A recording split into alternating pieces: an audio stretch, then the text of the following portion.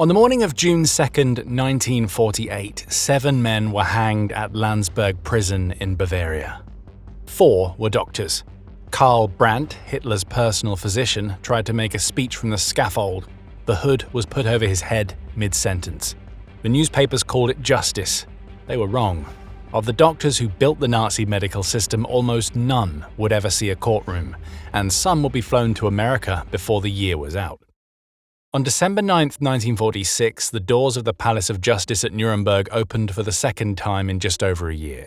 The international tribunal that had judged Hermann Göring and Joachim von Ribbentrop was closed. What followed was an American military court, Military Tribunal I, presided over by Judge Walter B. Beals of Washington. The first of 12 subsequent Nuremberg proceedings became known as the Doctors' Trial. In the dock stood 23 men. 20 were trained physicians, 3 were SS officials who had administered the medical machinery of the Reich. The lead defendant was Karl Brandt, a surgeon who had become Hitler's escort physician in August 1934. On September 1, 1939, the same day Germany invaded Poland, Hitler appointed Brandt co-head of the T4 euthanasia program, which targeted patients classified as life unworthy of life. By 1942, he was the Reich Commissioner for Health and Sanitation. For most of the war, Brandt lived inside Hitler's circle. He kept a residence near the Berghof in the Bavarian Alps, where he and his wife Annie were regulars at Hitler's evening table alongside Eva Braun, Albert Speer, and Heinrich Hoffmann. The proximity protected him until the final days of April 1945, when Hitler learned that Brandt had moved his family west to surrender to the Americans rather than wait for the Soviets. A court in Berlin sentenced him to death. Himmler stalled the execution by demanding more witnesses. On May 2nd, with Hitler dead, Karl Dönitz released him. The British arrested him 3 weeks later. Brigadier General Telford Taylor served as Chief of Counsel. His opening statement framed the charges: war crimes and crimes against humanity, committed in the name of medical science. The defendants were accused of human experimentation in the camp system, of running the euthanasia program, and of SS membership. Brandt's defense amounted to a single argument that in total war, personal ethics had to give way. Proceedings ran for 140 days, hearing 85 witnesses and admitting almost 1,500 documents.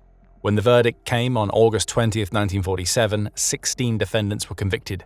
7 were sentenced to death, 5 to life imprisonment, 4 to prison terms of 10 to 20 years. Hertha Oberhäuser, the only female doctor in the dock, was convicted for her role in the Ravensbrück experiments and given 20 years, later commuted to 10. She would only serve 5. On June 2, 1948, the death sentences were carried out at Landsberg prison. Karl Brandt was hanged alongside Victor Brack, Rudolf Brandt, Karl Gebhardt, Waldemar Hoven, Joachim Magrowski, and Wolfram Sievers. The other convicts began an early return to civilian life almost immediately.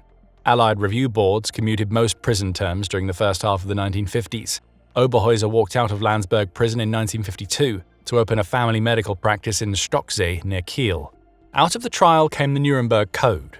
2 of the prosecution's medical consultants, Andrew Ivy and Leo Alexander, had pressed throughout the proceedings for a written ethical standard that could outlive the courtroom.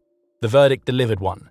10 principles drafted in direct response to what witnesses had described: voluntary consent, scientific purpose, the participants' right to walk out at any moment. It remains a foundational text in medical ethics worldwide. Few of the men who broke it would ever be punished. But there is a number the doctor's trial never accounts for. It tried 23 men. Historians estimate that the number of German physicians directly involved in the camp experiments, the euthanasia program, and the wider racial hygiene apparatus ran into the hundreds, possibly the low thousands. Reich health leader Leonardo Conti and SS chief physician Ernst Robert Grawitz had ended their own lives in the final days of the war. Theodor Morell, who had treated Hitler daily since 1936, died of a stroke a week before Brandt reached the gallows. By the time Brandt walked to the scaffold, the man the world would soon call the Angel of Death was working as a farmhand in Bavaria, already planning his exit. Josef Mengele arrived at Auschwitz in May 1943. By November, he had been appointed chief physician of the Birkenau section, and for most of the next 2 years he conducted experiments on prisoners, particularly twin children, under the cover of academic research. When the Red Army closed in, Mengele simply walked away. Through 1945 and 46, he worked under his own name as a farmhand in Bavaria, in the same German state where the doctor's trial would soon begin. In 1949, paid for by the family farm machinery business, he sailed for Argentina. He took citizenship there as Jose Mengele in 1956, relocated to Paraguay in 1959, then fled to Brazil in October 1960 after Mossad seized Adolf Eichmann from a Buenos Aires street. He spent the rest of his life near Sao Paulo under the name Wolfgang Gerhardt. On February 7, 1979, he suffered a stroke while swimming in Bertioga and drowned. The grave was located in June 1985. DNA confirmed his identity in 1992. He had eluded justice for 34 years. Horst Schumann's escape took a different shape. He had headed the Grafeneck Euthanasia Center from January 1940 and arrived at Auschwitz in July 1941, where he ran X-ray sterilization experiments on Jewish prisoners. From April 1946, he worked openly as a municipal sports doctor in Gladbeck. Same name, same credentials, no questions asked. In 1951, he applied for a hunting license under his real name, was recognized and fled before East German authorities could move on the warrant. He surfaced in Sudan in 1955, running a hospital, where a German journalist photographed him and called him a second Albert Schweitzer. A survivor identified him in 1962. He fled again through Nigeria and Libya to Ghana, where President Kwame Nkrumah personally refused West German extradition requests. Only after Nkrumah was overthrown in February 1966 did Schumann return to Frankfurt for trial. The proceedings opened on September 23, 1970, were suspended in April 1971 for high blood pressure and never reopened. He was released on July 29, 1972 and died a free man in Frankfurt on May 5, 1983. Aribert Heim served only 6 weeks as an SS doctor at Mauthausen in late 1941. It was enough. The prisoners gave him a nickname, Dr. Death.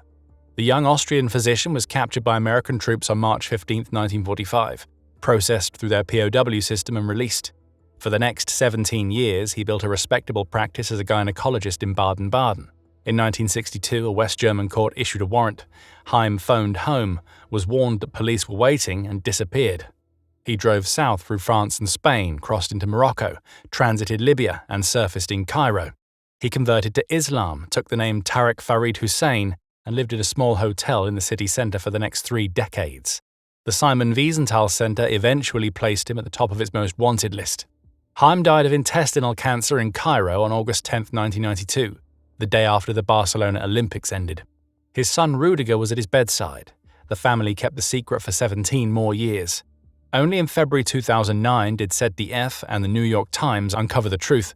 A Baden-Baden court formally confirmed his death in 2012. Heim spent 30 years in Cairo. Mengele spent 30 years on the move across South America. Other doctors took a far easier route. They boarded ships chartered by the country that had just defeated them. In September 1946, President Truman authorized Operation Paperclip, a program that would eventually bring roughly 1,600 German scientists and physicians to the United States. The paperclip on a personnel file meant bypass standard State Department vetting. The Joint Chiefs were already planning for war with the Soviet Union. Whatever these men knew, they could not be allowed to share it with Moscow. The most successful paperclip recruit in medicine was Hubertus Strughold. Throughout the war, Strughold had served as chief of aeromedical research at Göring's Ministry of Aviation, overseeing the field that produced the Dachau low-pressure chamber experiments. Several of his subordinates were defendants at the doctor's trial. Strughold himself was investigated, then quietly cleared, then brought to the United States in August 1947, the same month the trial verdicts were being finalized. He was made professor of space medicine at the U.S. Air Force School of Aerospace Medicine in San Antonio. In 1950, he co-founded the space medicine branch of the Aerospace Medical Association.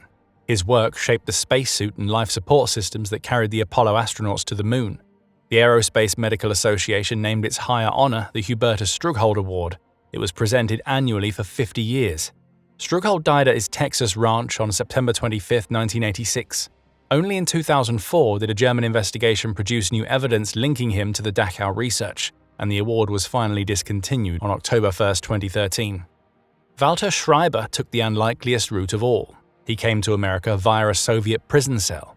Surgeon General of the Third Reich and a Major General in the Wehrmacht Medical Service, Schreiber was captured by Soviet forces in Berlin on April 30, 1945, and held in Moscow's notorious prison. In August 1946, the Soviets produced him as a surprise witness at the main Nuremberg trial, where his testimony helped implicate Kurt Blomer in biological weapons research.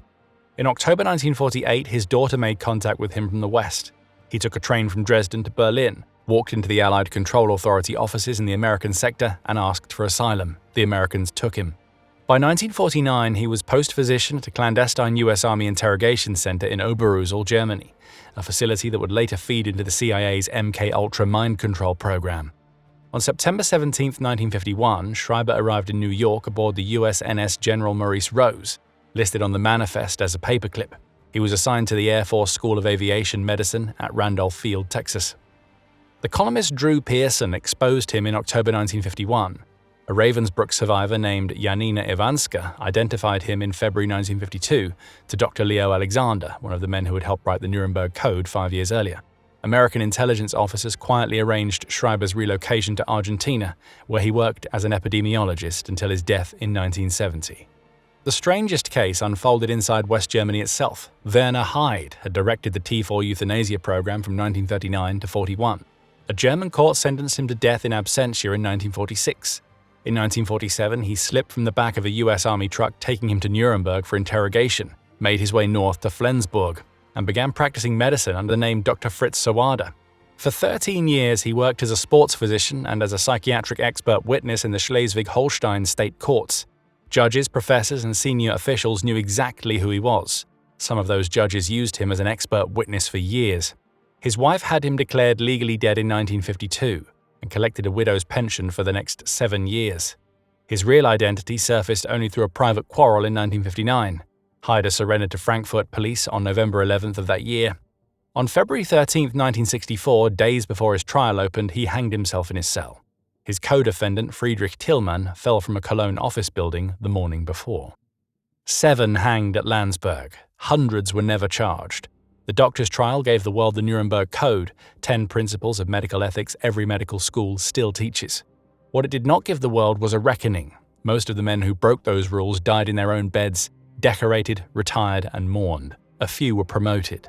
Thanks for watching. If you found this video insightful, watch What Happened to the Waffen-SS After World War II next. Like this video, subscribe, and hit the bell for more History Inside, and we will see you in the next one.